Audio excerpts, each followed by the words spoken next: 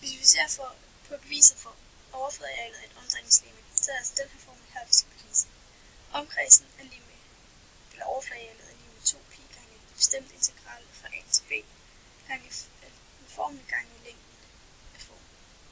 Og her har vi en graf, funktionen f, som er afgrænset fra intervallet a til b. Hvis vi ser på, hvis vi forestiller os, at den her funktion er delt ind i en masse små stykker, så kan vi sige, at for at finde omkredsen af det ene stykke her, det er det samme som at finde det for en cirkel. Så er omkredsen for det her ene udsnit, altså 2 gange pi gange radius. I det her tilfælde så er der også det samme som at sige 2 gange pi gange funktionen, fordi at funktionen er det samme som cirklens radius.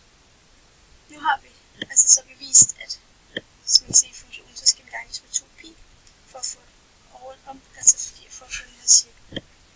Så skal vi så se på længden af det. Hvis vi zoomer ind på grafen her, så kan vi se, at der dannes nogle små trekanter.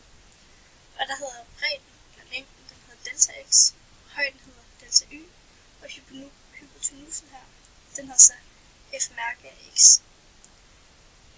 Så vil vi gerne finde hypotenusen, for vi vil gerne finde længden af grafen.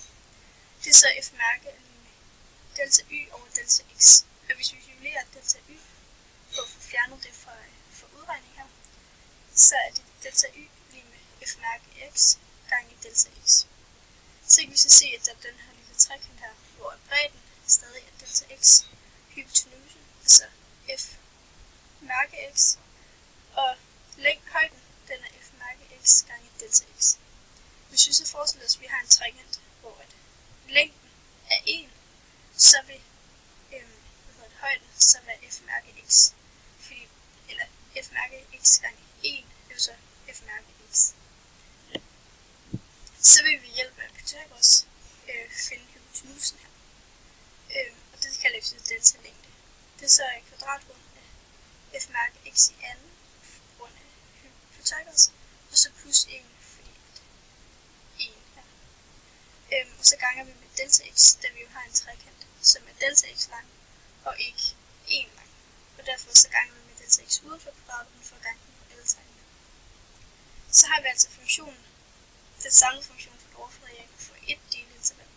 Det er så 2 gange pi gange f mærke af x, gange med længden her, vi lige har fundet.